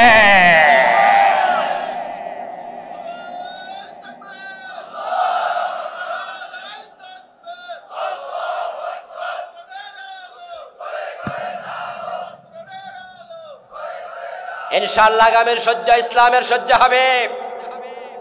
তারা চেয়েছিল ইসলামকে ডুবাইয়া দিতে, আল্লাহ ভাসাইয়া দিচ্ছে। ঢাকা ইউনিভার্সিটির নির্বাচন ডাকসো, জাহাঙ্গীরনগরের নির্বাচন ডাকসো, তার কিছু ইঙ্গিত দিচ্ছে আগামীর বাংলাদেশ হবে কোরআনের বাংলাদেশ। ইনশাআল্লাহ, ইনশাআল্লাহ, ওয়েট এন্ড সি। আমার বন্ধু বলছিলাম, লোকমান আলাইহিস সালাম বলছে শিরিক করো না। এটা 1 নম্বরে কেন আসলো? কারণ শিরকের মতো বড় কোনো গুনাহ নাই। কুরআন মাজিদ আল্লাহ তাআলা বলছেন, ওয়া ইউমিনু আকসারুহুম বিল্লাহি ইল্লা ওয়া হুম মুশরিকুন। কিন্তু শিরকের মতো বড় গুনাহ নাই, এটা সত্য, কিন্তু অধিকাংশ মুসলমানও শিরিক করবে। শুধু হিন্দুরা মূর্তি পূজা করে শিরিক করবে না, শুধু বৌদ্ধরা গৌতম বুদ্ধের পূজা করে শিরিক করবে না। আমার বন্ধু, শ্রীলঙ্কাতে একটা পাহাড় আছে, এটার নাম হলো অ্যাডামস পিক। কথিত আছে আদম আলাইহিস সালাম সেখানে নাকি নামছিলেন, এজন্য সে পাহাড়ের নাম হলো অ্যাডামস পিক। আমি 8-10 বছর আগে গিয়েছিলাম সে পাহাড়টা দেখতে। ওই অ্যাডামস পিকের চূড়ায় উঠতে সময় লাগছে আমার 4 ঘন্টা 10 মিনিট। মেঘমালা ছিল নিচে, আমরা ছিলাম উপরে। কিন্তু সে দেশের বৌদ্ধরা এটাকে অ্যাডামস পিক বলে না, তারা সেটাকে বলে শ্রীপাদা। কি বলে? শ্রীপাদা। ওখানে তারা গৌতম বুদ্ধের বিভিন্ন বড় বড় মূর্তি বানাইছে। ওই পাহাড়ে উঠতে উঠতে অনেক দূর ঘুরে ঘুরে উঠা লাগে, তারপরে মূল পাহাড়। প্রতিমধ্যে গৌতম বুদ্ধের পিতল দিয়া বানানো বিশাল বড় বড় মূর্তি। এবং উঠে মাথায় দেখলাম সেখানে একটা গির্জা, ওদের একটা প্যাগোডা আছে, বৌদ্ধদের একটা উপাসনালয় আছে, ওখানে বুদ্ধের মূর্তি টানিয়ে রাখছে। এই কথাটা কেন বলছি এবার শুনুন। ওই বৌদ্ধরা সেখানে এত উঁচু পাহাড়, এত উঁচু, খুব রিস্কি, কিছু সেখানে সিঁড়ি টিড়ি বানায় দিছে। আদম আলাইহিস সালামের পা আছে এটা বলা হয়, কিন্তু সেখানে আমি আদমের কোনো পা পাই নাই। এটা মিথ্যা প্রচারণা, এটা ভুল প্রচারণা। বরং সেখানে আছে বৌদ্ধদের একটা প্যাগোডা, ওখানে বৌদ্ধরা পূজা করছে। জাস্ট এটা কথাটা তামাম দুনিয়াকে বা কে ছড়াইয়া দিছে, এটা কোরআনেও নাই, এটা হাদিসেও নাই। আদম আলাইহিস সালাম শ্রীলঙ্কার ওখানে নামছে, এই কথা কোরআন হাদিসের কোথাও নাই, এটা বানানো কথা। কিন্তু সেখানে আমি নিজ চোখে দেখেছি প্যাগোডা, গৌতম বুদ্ধের পূজা। নামছিলাম, নামার সময় দেখি আল্লাহর এক বান্দা, প্রায় মোটামুটি 2.5 থেকে 3 হাত লম্বা তার বাচ্চা। নর্মাল পুরুষরা তো 3.5 হাত লম্বা হয়, কেউ কারো একটু বেশিও হয়, কেউ আরো একটু কম হয়। 2.5 থেকে 3 হাত লম্বা একটা বাচ্চা। ও বাচ্চাটা জানি না হয়তো মাজায় কোনো সমস্যা, এটা বাঁকা না একবারে সোজা, এরকম এটারে কান্দে লইয়া আস্তে আস্তে করে উঠতেছে। বাচ্চাটা এভাবে আছে। তা আমার সাথী যে ছিল বাংলাদেশি, আমি তাকে বললাম, ভাই এখানে একা একা উঠাই তো ঝুঁকি, এত উঁচু পাহাড়, এ বেটা এই বাচ্চারে কান্দে লইয়া উঠতেছে, কারণটাকে একটু খোঁজ নেই তো জিজ্ঞাসা করি। যে ড্রাইভার আমাদেরকে নিয়েছিলেন সে ছিল মুসলিম, ওনাকে জিজ্ঞাসা করলাম। পরবর্তীতে নেমে ও বলল, এখানে বৌদ্ধের পূজা দিলে রোগ সেরে যায়, বৌদ্ধের কাছে যা চা তা পাওয়া যায়, এই চিন্তায় বৌদ্ধরা এখানে আসে। আমি তখন আশ্চর্য হলাম, একই চিন্তায় তো আমাদের দেশে কিছু লোক মাজারেও যায়।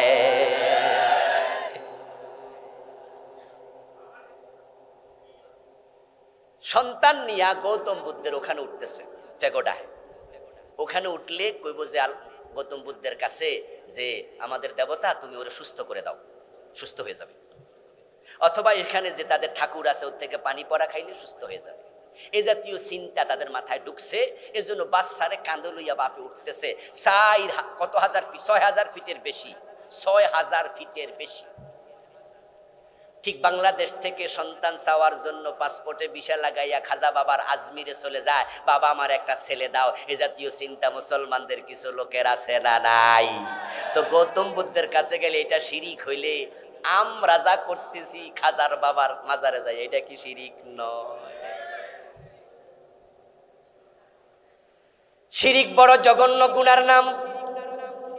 যে ব্যক্তি শিরক করে তার জন্য জান্নাত হয় হারাম। অথচ নবীজি বলছেন ইয়াতি আলান নাসি জামানুন ইয়াজতামিউনা ফিল মাসাজিদি লাইসা ফীহিম মুমিনুন। একটা জামানা আসবে, যে জামানার মানুষগুলো মসজিদে নামাজ পড়বে কিন্তু ইমানদার নয়, ইমানদার নয়, সব হবে মুশরিক, সব হবে কাফের। তাদের মাথায় টুপি থাকবে, তাদের মুখে দাড়ি থাকবে, তাদের গায়ে পাঞ্জাবি থাকবে, তারা নামাজ পড়বে কিন্তু ঈমান থাকবে না। এমন একটা জামানা আসবে। আমরা বাংলাদেশও টের পাইছি, 5 ওয়াক্ত নামাজ পড়ে জুমার দিন ইমাম সাহেবের পিছনে দাঁড়ায়া নামাজ পড়লো, আবার দরবারে যাইয়া পীরের পায়ে সেজদা দিল, নামাজও পড়ে পীরকে সেজদা দেয়। এমন 2-4 জন নামাজি আছে না নাই? আমাদের গ্রামের বাড়ি হলো দুর্গাপুর। অনেকে জানেন না, জানলে আজকে জানলেন। দুর্গাপুর চেনেন তো নাকি? নালগড় বাজারের সাথেই তো নাকি? আমাদের খোকনবাইদের বাড়ির পাশ দিয়ে তো আমি গেছি আজীবন, লজিংও থাকছি নালগড়, সুপা মাদ্রাসায় পড়ছি। আমাদের গ্রামে, আমাদের মহল্লায়, আমাদের পাড়াতে একই মসজিদে আমরা নামাজ পড়ছি। আমাদের মহল্লা কালিকাপুর নামে একটা জায়গা আছে, সম্ভবত চান্দিনা। ওখান থেকে একজন পিসাব যাইতো আমাদের পাড়ায় এক বাড়িতে। এই চোখ শাক লোকগুলো সে পিসাবের পায়ে সেজদা দিত। কালিয়াপুরি, কালিয়াপুরি, হ্যাঁ, লাকসামনি, ও লাকসামনি, আচ্ছা লাকসাম। কালিয়াপুরের পিসাবের পায়ে ওই বাড়ির মহিলা পুরুষ একসাথে সেজদা দিত।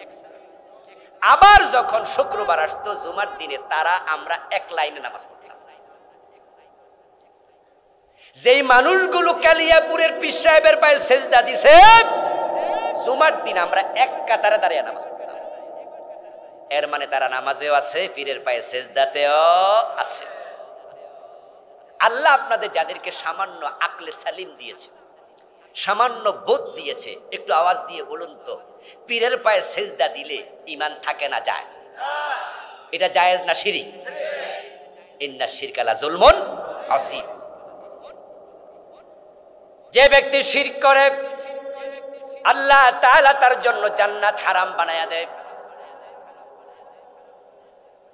অথচ হাসতে খেলতে মানুষ শিরক করে। এই যে হাতের মাঝে তাকায়া দেখবেন, কারো কারো হাতে আংটি আছে 4-5টা।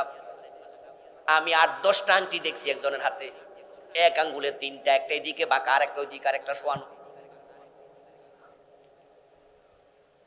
এই যে আংটি দিল 5টা 7টা 10টা আংটি, 10 আঙ্গুলে 10টা আংটি কেন দিয়েছে? সৌন্দর্যের জন্য দিলে কোনো আপত্তি নাই। আংটি সৌন্দর্যের জন্য দেয়া জায়েজ আছে। এজন্য অনেক বড় বড় আলেমের হাতেও আংটি আছে, সুন্দর করে আংটি পরে, কিন্তু আমি পরি না। একবার উমরাতে গেলাম, আমাদের বড় একজন বাংলাদেশি বক্তা, নাম বললাম না যেহেতু আংটির প্রসঙ্গ আছে, সেজন্য নাম বললাম না, না হয় বলে দিতাম, সবাই আপনারা চিনবেন। তো কাবা শরীফের পাশে ক্লক টাওয়ার, তো 2 জন ক্লক টাওয়ারে একসাথে গেলাম। তখন বাংলাদেশি ভাইয়েরা পাইয়া তো কেউ আতর দে, কেউ এটা দে, কেউ সেটা দে। একজন বলতেছে হুজুর 2টা আংটি, আপনার একটা, হুজুরের একটা। আমি তখন বললাম যে ভাই আমার আংটি দিয়া লাভ নেই, আমি কিন্তু আংটি পরি না। বললো হুজুরে দেখেনি কত সুন্দর হুজুরের হাতে। আমি কোনি মানুষও সুন্দর, আংটিও সুন্দর। ভালো হয়েছে, আমি কালা মানুষ, আমার ভালো লাগবে না, আমি পড়ি না। তাইলে সৌন্দর্যের জন্য আংটি পরতে ইসলামে মানা আছে, কিন্তু যে 5-7টা দিছে হে কেন দিছে সৌন্দর্যের জন্য? হেরে খবর জিগায়েন যে ভাই এত আংটি কেন, তাহলে বলবে দোস্ত এটা একবারে খাজা বাবার রোজা শরীফের 1 নাম্বার খাদেম থেকে নিছি, এটা ইয়াকুত পাথরের আংটি। উনি কইছে আংটি দিলে বিপদ আসে না। উনি আংটি দিছে বিপদ থেকে বাঁচার নিয়তে, অথচ বিপদ থেকে বাঁচানোর ক্ষমতা একমাত্র কার? একমাত্র কার? এটা শিরক না, চিন্তাটা শিরক। ومن يشرك بالله فقد حرم الله عليه الجنة ومأواه النار وما للظالمين من أنصار। আল্লাহ তাআলা কোরআনে বলেন যে আল্লাহর সাথে শিরিক করলো তার জন্য আল্লাহ নিজে জান্নাত হারাম বানাইয়া দেয়। কথাটা কার? প্রিয় ভাইরা একটু কথা বলেন না, কথা কার? জান্নাতের মালিক কে? জান্নাত বানাইছে কে? জান্নাত দেবেন কে? তো আল্লাহ যদি শিরকের কারণে জান্নাত হারাম করে উপায় নাই।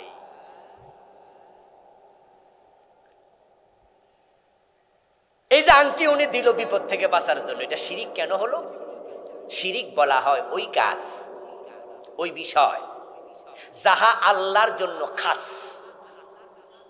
যাহার মালিক শুধু আল্লাহ, এটার মাঝে অন্যকে শামিল করার নামে হলো শিরিক।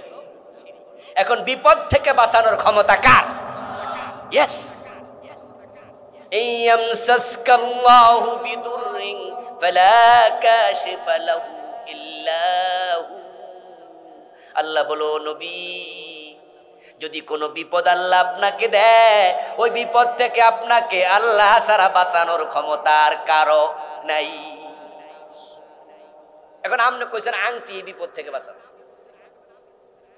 আচ্ছা বুঝলাম না হয় লালটা ইয়াকুত পাথরের আংটি এটা বিপদ থেকে বাঁচাবে, তো পাশে যে একটা সবুজ বর্ণের এইটা কি? কই এইটাও আরেক পাথর, এইটা হাতে দিলে ব্যবসা উন্নতি হবে। ব্যবসার উন্নতির জন্য পাথর কিনে, পাথর দোকানে পাথর দেয়, হাতে আঙ্গুলে পাথর দেয়, কত রকম কত কিছু করে, এবং এগুলো বেচা বিক্রির জন্য মার্কেট জমেছে। আমাদের দেশে বসুন্ধরা শপিং মলে বিভিন্ন বড় বড় জায়গায় দেখবেন যে বাবা লিটন দেওয়ান বসে আছে, এ জাতীয় আরো আছে। এক একটা পাথরের দাম নাকি 2 লাখ 2.5 লাখ টাকা দিয়ে কিনা নেয়। ব্যবসা তর তর করে উন্নত।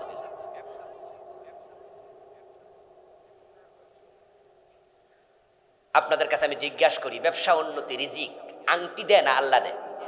রিজিকের মালিক কে? তুমি আংটি কিনছো কেন? শিরক এমন এক অপরাধের নাম যেটা করলে ঈমান চলে যায়। তাই যে ব্যক্তি শিরক করে তার আমল নামায় কোনো নেকার থাকে না, এমন গুনাহ আমি আছে দ্বিতীয়টা জানি না।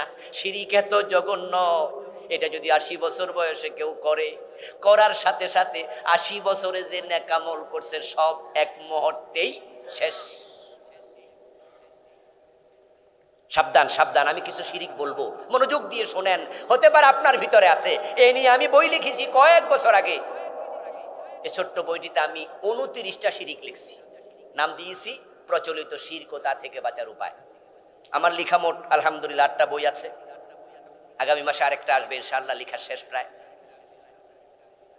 ড্রাইভার সাহেবের কাছে আছে, যাওয়ার সময় নিয়ে যাবেন, গাড়ি আছে সামনে আমার, কালো গাড়ি। 29টা, হয়তো 5-7টা 10টা আজকে বলতে টাইম পাবো। প্রিয় ভাই, বলছিলাম এটার মতো ভিন্ন অপরাধ আমি আজ পর্যন্ত কোরআনে পাই নাই, হাদিসে পাই নাই। আশ্চর্য এক অপরাধ। আচ্ছা, হাজী সাহেবরা মিছা কথা কয় না? আমরা যারা 5 ওয়াক্ত নামাজি, আমরা কি মাঝে মাঝে 2-একটা মিছা কথা কইলাই না? হয়ে যায়, হয়ে যায়। ইচ্ছায় হয়, মাঝে মাঝে অনিচ্ছায় হয়। আমার ঘড়িটা একজন বলল, হুজুর চকচক করতেছে, ঘড়িটা কত? কয় দিয়া কিনছেন? আমি ভালো করে না ভেবে বলে ফেললাম যে ভাই এটা তো 10-12 হাজার টাকা হবে। হঠাৎ মনে পড়লো পরে, 1 ঘন্টা পরে, আর এটা তো আমার একজনে গিফট করছিল, এটা তো আমি দাম জিগাইও নাই। এই যে 12,000 টাকা 10,000 কইছিলাম, এটা কি সত্য কথা বলছিলাম? আন্দাজ যেটা মেরে দিলাম। সত্যের বিপরীতের নাম মিথ্যা। আমার বলা উচিত ছিল এটার দাম আমার জানা নাই। মাঝে মাঝে আমরা অনিচ্ছাকৃত ভুল বলি। আশ্চর্য ব্যাপার কি জানেন, আপনারে মিথ্যা বলা আল্লাহ যখন দেখবে যে বেটা বুঝে বলে নাই, হয়তো আল্লাহ আমল নামায় গুনাহ লিখবেই না। আর যদি বুঝেও মিথ্যা বলেন, আমল নামায় কবিরা গুনাহ লেখা হবে, কিন্তু মিথ্যার কারণে আপনার হজ বাতিল হবে না, যে হজটা গত বছর করছিলেন। আজকে জোহর আসর মাগরিব এশা 5 ওয়াক্ত নামাজ পড়লাম, কিন্তু আজকে মাহফিল থেকে যাওয়ার পথে কাউকে একটা বকা দিলাম, গালি দিলাম, কোনো একটা কবিরা গুনাহ করলাম, মিথ্যা কথা বললাম, তাই বলে আজকে 5 ওয়াক্ত নামাজ বাতিল হবে নাকি? কিন্তু শিরক এমন এক গুনার নাম, যেটা বুঝে করেন আর না বুঝে করেন, জেনে করেন আর না জেনে করেন, শিরক করার সাথে সাথে আমল নামায় কোনো নেকি থাকে না।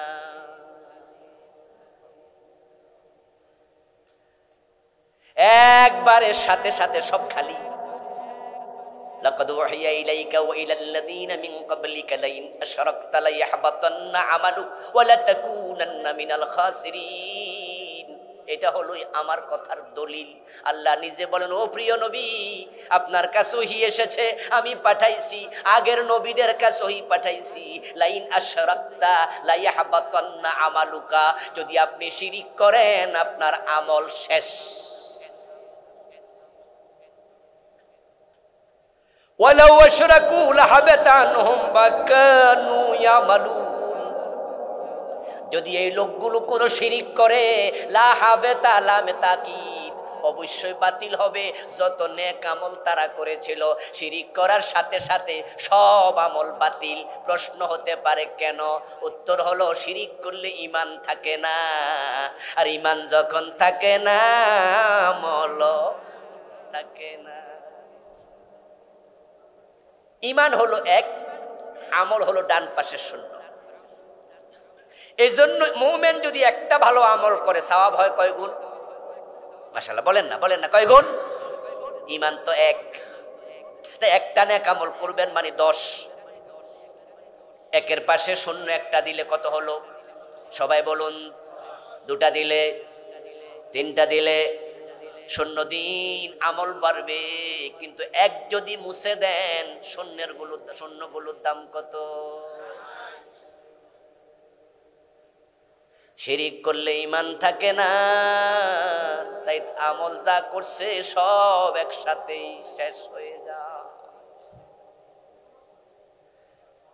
অথচ বাংলাদেশের মুসলমান শিরক না চেনার কারণে অনেকেই করে, বোঝে না। নেতা মাই খাতে পাইছে, সামনে নির্বাচন, তাই সামনের লোকগুলোকে একটু ফার্মপট্টি দিয়া ভোট নেবে, তেল দে, তেল হাতে নিয়ে বলে, জনগণ সকল ক্ষমতার উৎস, আপনারাই তো আমার এমপি বানাইবেন, মন্ত্রী বানাইবেন, দেশের সব ক্ষমতা আপনাদের হাতে, জনগণ সকল ক্ষমতার উৎস। এমন একটি জঘন্য স্লোগান বাংলাদেশে আছে না নাই? এটা আমাদের সংবিধানে আছে। অথচ যারা বলবে জনগণ সকল ক্ষমতার মালিক, ঈমান শেষ, এটা শিরক। কারণ সব ক্ষমতার মালিক কে? আন্নাল কুওয়াতা লিল্লাহি জামিআ।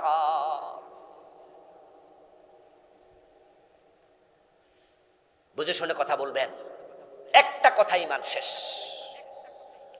قال رسول الله صلى الله عليه وسلم إن العبد لا يتكلم بالكلمة من سخط الله لا يلقي لها بالا يهوي بها في جهنم।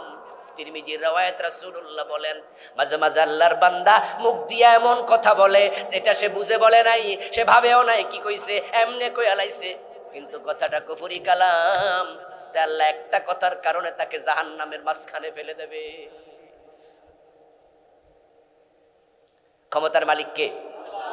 এই বিশ্বাস সবার আছে? ক্ষমতার মালিক কে? আমরা না, জনগণ না। কুলিল্লাহুম্মা মালিকাল মুলকি তুতিল মুলকা মান তাশা ওয়া তানজিউল মুলকা মিম্মান তাশা। ক্ষমতার মালিক জনগণ না, জনগণ ক্ষমতার মালিক হইলে শেখ হাসিনা পলানো লাগতো না। কারণ শেখ হাসিনার ক্ষমতার সময় তো জনগণ তার পক্ষে ছিল। আমরা যারা জনগণ, আমরা দাম একা নেওয়া ছিল না, আমরা তো এলাকায় আইতে পারি নাই। এজন্য আমরা যারা আছি, আমরা জনগণও না, আমরা কিচ্ছু না। আমরা এই দেশে ছিলাম শ্বশুর বাড়ির ঘর জামাই, আমরা ছিলাম ভাড়াটিয়া, এরা ছিল জনগণ। একবারে চকিদার থেকে সেনাবাহিনীর প্রধান পর্যন্ত তাদের নিজের দলীয় লোক ছিল, ঠিক কিনা? ওরে বাবা, একটা পুলিশ কনস্টেবল যদি চাকরি দিত, 14 গোষ্ঠীর খবর নিত। যদি খালাতো ভাইয়ের, স্বাস্থ্য ভাইয়ের, শালার ঘরের মামাতো ভাই বিএনপি করতো, জামাত করতে, হেরো চাকরি হইতো, কইতো না তার বংশে বিএনপি জামাত আছে। সব তাদের অধীনে, সেনাবাহিনীর প্রধান তাদের, বিমান বাহিনীর প্রধান তাদের, বিজিবি তাদের, সব তাদের। কিন্তু পলাইলো কেন? ক্ষমতার মালিক কে? আল্লাহ উল্টাই দিছিল, আল্লাহ উল্টাই দিছে। সেনাবাহিনীর প্রধান ওয়াকারুজ্জামান, বর্তমান যিনি আমাদের জেনারেল ওয়াকার, উনি কি আমাদের আত্মীয় না শেখ হাসিনার আত্মীয়? ওরে সেনাবাহিনীর প্রধানকে আমরা বানাইছি না শেখ হাসিনা বানাইছে? তো উনি যায় কয় কেন যে 40 মিনিটের সময় না, তাড়াতাড়ি ফলান? বলে নাই, বলে নাই, সময় বেশি নাই, তাড়াতাড়ি যান। দুপুর বেলা কি রান্না করা হয় নাই? গণভবনে রান্না করা হয় নাই? ওবেডির যে পরবর্তীতে ফোলাপাইন ফিরিজ কইলা মাছ বাইর করছে, মাছকে ছোট না বড় বড়, রান্না বান্না সব করছে, কিন্তু দুপুরের খাবারটা খাবার টাইমও নাই। আমার বন্ধু আসমানের মালিক বলেছে, ক্ষমতা তোদের হাতে নয়। না হয় যে জুলাই আন্দোলন হলো, এটা কিন্তু একটা সাধারণ আন্দোলন, এটা কোনো ব্যাপার না। আওয়ামী লীগের মতো এত বড় দলের কাছে এ ফোলাপানের মিছিল, মিটিং, আন্দোলন এটা কোনো ব্যাপারই না। ওরা জামাতের মতো দলকে শেষ করে দেওয়ার জন্য প্ল্যান করেছে। তারা বিয়েতে গেলে কইতো সেখানে গোপন মিটিং ধরান। বিএনপির মতো দল মাঠে নাই। আর কয়টা স্কুল কলেজের ফলাফল এগুলো রাস্তায় নামছিল কোঠা সংস্কারের জন্য। এখান থেকে, দেশ থেকে পালাতে হবে, ক্ষমতা উল্টে যাবে, এটা কেউ ভাবেও নাই, ভাবেও নাই। ওর ছিল গামাসি, এটা চুলকাইলে ক্যান্সার হইয়া রুগী মইরা যাবে, রুগী এটা বুঝতেও পারে নাই। গরমকালে গামাসি ওঠে না? গামাসি লইয়া হাসপাতালে যাইনি আমরা। এটা কোনো ব্যাপার নাকি? গামাসি কোনো রোগ? কিন্তু গামাসি চুলকাইলে যে ক্যান্সার হয়ে যাবে, পরে রুগিয়ে মরে যাবে, এটা রুগী বুঝে নাই। ওসিলা, ওসিলা। ক্ষমতার মালিক জনগণ নয়, ক্ষমতার মালিক আল্লাহ। তার সবচেয়ে বড় প্রমাণ প্রধানমন্ত্রী সাবেক শেখ হাসিনা, এর চেয়ে বড় প্রমাণ ডক্টর ইউনূস। এই বেড়া যে বড় চেয়ারে বসলো, এই বেড়া কি জীবনে কল্পনা করছিল এ চেয়ারে বসবো? ভাবতে পারে সে? ওই যে তুমি যাকে চাও ক্ষমতা দাও, যাকে চাও ক্ষমতা থেকে নামাইয়া দাও। না, ক্ষমতার মালিক আপনিও না, আপনিও ঠিকঠাক মতো দেশটা চালান। আপনি গানের শিক্ষক কেন নিয়োগ দেন? প্রাইমারিতে গানের শিক্ষক দরকার নাই, বরং কোরআন পড়ানোর জন্য ধর্মীয় শিক্ষক নিয়োগ দেওয়া দরকার। ডক্টর ইউনূস জুলাই আন্দোলনের পিছনে তার একানাও ভূমিকা ছিল না। বাংলার প্রধান চেয়ারে বসবে সে কোনোদিনও ভাবে নাই। যদি ভেবে থাকে তাহলে মনে মনে ভাবছিল আল্লাহ জানে জেল কত বছর হয়। কারণ উনার বিরুদ্ধে যে মামলা ছিল, এই মামলা ছোট ছোট না বড় বড়? এক একটা যদি 10 বছর করে জেল হতো, তাও 250 বছর 300 বছর।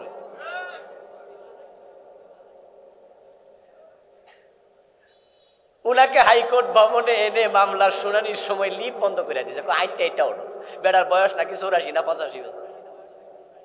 কোনো দয়া নাই, মায়া নাই, বিদ্যুৎ নাই, ওঠ বেটা, আইটা এটা ওঠ 10 তলার উপরে। তারপরে এজলাসে গিয়া দেখে ম্যাজিস্ট্রেট নাই, বিচারক নাই। কয়ে কই কই খাইতে গেছে, রাস্তা করতে গেছে, খারাইতান, বসার জন্য চেয়ারও দেয় নাই। আর উনি প্রধান হবে, প্রধান উপদেষ্টা হবে, প্রধানমন্ত্রী হবে, কল্পনা করে নাই। আল্লাহ এগুলা দিয়ে আমাদেরকে বুঝায় শিরিক করিও না। ক্ষমতার মালিক জনগণ না, ক্ষমতার মালিককে আল্লাহ চাইলে উল্টায় দেবে। ইউনূস মিয়ারও আমরা কই, ডক্টর ইউনূস সাহেব, ক্ষমতার মালিক কিন্তু জনগণ না, ক্ষমতার মালিক আপনিও না। আপনিও ঠিকঠাক মতো দেশটা চালান। আপনি গানের শিক্ষক কেন নিয়োগ দেন? প্রাইমারিতে গানের শিক্ষক দরকার নাই, বরং কোরআন পড়ানোর জন্য ধর্মীয় শিক্ষক নিয়োগ দেওয়া দরকার।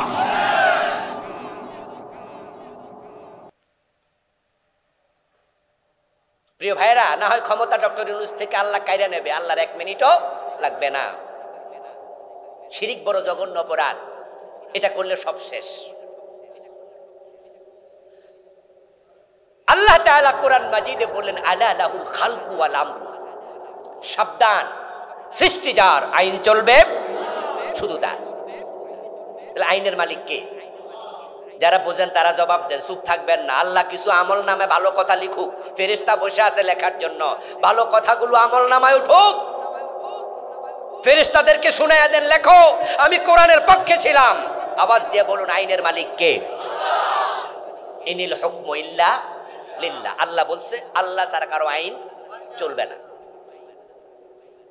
আমরা কি মালিক না গোলাম? জোরে বলেন, জোরে বলেন। গোলাম আইন বানায় না আইন মানে? আইন বানানোর অধিকার কি গোলামের না মালিকের? আমাদের মালিক আছে না নাই? আমাদের মালিক কে? তার আইনের কিতাবের নাম কি? তিনি এবার বলছেন ওমান লাম ইয়াহকুম বিমা আনজালাল্লাহ ফাউলাইকা হুমুজ জালিমুন ফাউলাইকা হুমুল ফাসিকুন ফাউলাইকা হুমুল কাফিরুন। আমার কোরআনের আইন যারা মানবে না, যারা কোরআন মতো সমাজ দেশ চালাবে না, তারা ফাসিক, তারা জালেম, তারা হলো কাফের। কথা কি আমার না আল্লাহর? 54 বছরের বাংলাদেশ আল্লাহর আইনে কয়দিন চলছে? হাইকোর্টে কয়দিন কোরআন দিয়ে বিচার হয়েছে? সুপ্রিম কোর্টে হয়েছে? কুমিল্লা জজ কোর্টে হয়েছে? কিন্তু নবী মুহাম্মদ যখন 10 বছর মদিনা শরীফ চালাইছে, অর্ধ পৃথিবী ওমর চালাইছে। যারা বোঝেন তারা বলেন আল্লাহর আইনে চালাইছে না মন মতো চালাইছে? সে আইন বাংলাদেশে দরকার আছে না নাই? আল্লাহর আইনের সাথে অন্যের আইন ঢুকানো শিরিক। শিরিক খুঁজতেছিলেন না যে আমরাও কি শিরিক করি? হ্যাঁ, আপনি মনে মনে ভাববেন হুজুর এগুলা যে শিরিক, জানতাম না তো। তো হাসর দিন আল্লাহ ধরলে আল্লাহরে কয়ে দিব, আল্লাহ আমি জানতাম না। তখন আল্লাহ তাআলা বলবে, বান্দা ঠিক আছে, জানার টাইম পাস নাই তো, কারণ ব্যবসায়ী ছিলি, ব্যবসা নিয়ে ব্যস্ত ছিলি, আমি আল্লাহ বুঝি। চাকরি টাকরি করছ, জানার টাইম পাস নাই, তো যা তোর ব্যস্ত দিয়ে দিলাম আপাতত, ঠিক না? এত সোজা, এত সোজা না। যাই না বিষ খাইলে অসুবিধা আসেনি? না যাই না বিষ খাইলে মরে যাবেন, জানলেও মরবেন, না যাই না খাইলেও মরবেন। বিষ মানে মরে যাওয়া, ক্ষতি করা। শিরিক জঘন্য অপরাধ। এই জন্য কোন কোন কাজে শিরিক হয় তা আপনাকে জানতে হবে। ইসলামের মৌলিক এলেম শিখা নফল না ফরজ? ফরজ। প্রিয় ভাইরা, রাত অনেক হয়ে গেছে, আমরা সামনে যাব না। শিরিক গুলো চিনবেন, পরিত্যাগ করবেন। কুফর চিনবেন, পরিত্যাগ করবেন। নেফাক চিনবেন, পরিত্যাগ করবেন। 5 ওয়াক্ত নামাজ ঠিকঠাক মতো আদায় করবেন। আল্লাহর বিধান মেনে সমাজ চালাবেন, দেশ চালাবেন। আমরা আশা করছি আগামীতে সুযোগ আসছে, আমরা এই আল্লাহর আইন সংসদ ভবন পর্যন্ত নিয়ে যাব ইনশাআল্লাহ। আমরা নতুন স্বপ্ন দেখছি। বামপন্থীরা বাংলাদেশে এখন আর নাই। রাশেদ খান মেনন, হাসানুল হক ইনন, রাম বাবেরা জেলে ঢুকেছে, আর যারা তাদেরকে সাহায্য করেছে ওরা দেশ থেকে ইন্ডিয়ায় চলে গেছে। এখন আমরা যারা আছি সব আমরা ইসলামের পক্ষ শক্তি। প্রেসিডেন্ট জিয়াউর রহমান সংবিধানে বিসমিল্লাহ ঢুকাইয়া প্রমাণ করেছে তিনি ইসলামের পক্ষের মানুষ ছিলেন, ঠিক না? প্রেসিডেন্ট জিয়াউর রহমান নামাজি ছিল না? বিসমিল্লাহওয়ালা ছিল না? সংবিধানে বিসমিল্লাহ আগে লেখা হয় নাই, 72-তে সংবিধান লেখা হয়েছিল। কিন্তু যখন প্রেসিডেন্ট জিয়াউর রহমান ক্ষমতা আসলেন তখন তিনি দেখলেন যে সংবিধানে তো বিসমিল্লাহই নাই, অথচ মুসলমানের সকল কাজ শুরু হবে কার নামে? খাইতে কার নাম? শুইতে কার নাম? উঠতে কার নাম? বসতে কার নাম? টয়লেটে ঢুকতে আল্লাহর নাম আছে না নাই? আল্লাহুম্মা ইন্নী আউযু বিকা মিনাল খুবুসি ওয়াল খাবাইস। ইবেন একজন মুসলিম যখন তার স্ত্রীর সান্নিধ্যে যাবে সেখানেও বিসমিল্লাহি আল্লাহুম্মা জান্নিবনা শায়তান ওয়া জান্নিবিশ শায়তানা মিম্মা রাযাকতানা, স্ত্রীর সংসর্গ নেবেন সেখানেও আল্লাহর নাম হবে। কিন্তু সংবিধানের মতো এত গুরুত্বপূর্ণ একটি দেশের আইনের বই তার শুরুতে বিসমিল্লাহ নাই, এটা হতে পারে না। প্রেসিডেন্ট জিয়াউর রহমান বিসমিল্লাহ ঢুকাইয়া বুঝাইয়া দিছে তিনিও ডানপন্থী, তিনিও আল্লাহওয়ালা। এই জন্য আমরা এখন ডানেরাই আছি, বামেরা পালিয়েছে। আমরা একমত যদি হয়ে যাই, আগামী ইসলামীর সংসদ কোরআনের সংসদ হয়ে যাবে।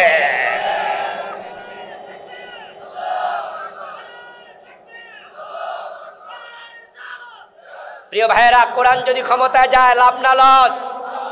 কোরআন ক্ষমতায় গেলে চাঁদাবাজি আর থাকবে না। কোরআন ক্ষমতায় গেলে দেশের টাকা চুরি করে কানাডায় পাঠাতে পারবে না। যেই চুরি করবে হাত কেটে দেওয়া হবে। আল্লাহর আইন সবার জন্য সমান। নবীজি বলেছেন, আমার মেয়ে ফাতেমা চুরি করলে ফাতেমার হাতও কেটেই দেব। জেনা থাকবে না, মাদক থাকবে না, শান্তি এবং সমৃদ্ধি আসবে। কোরআন ক্ষমতায় গেলে সংসদে আইন পাশ হয়ে যাবে। আজানের সাথে সাথে দোকান বন্ধ হবে।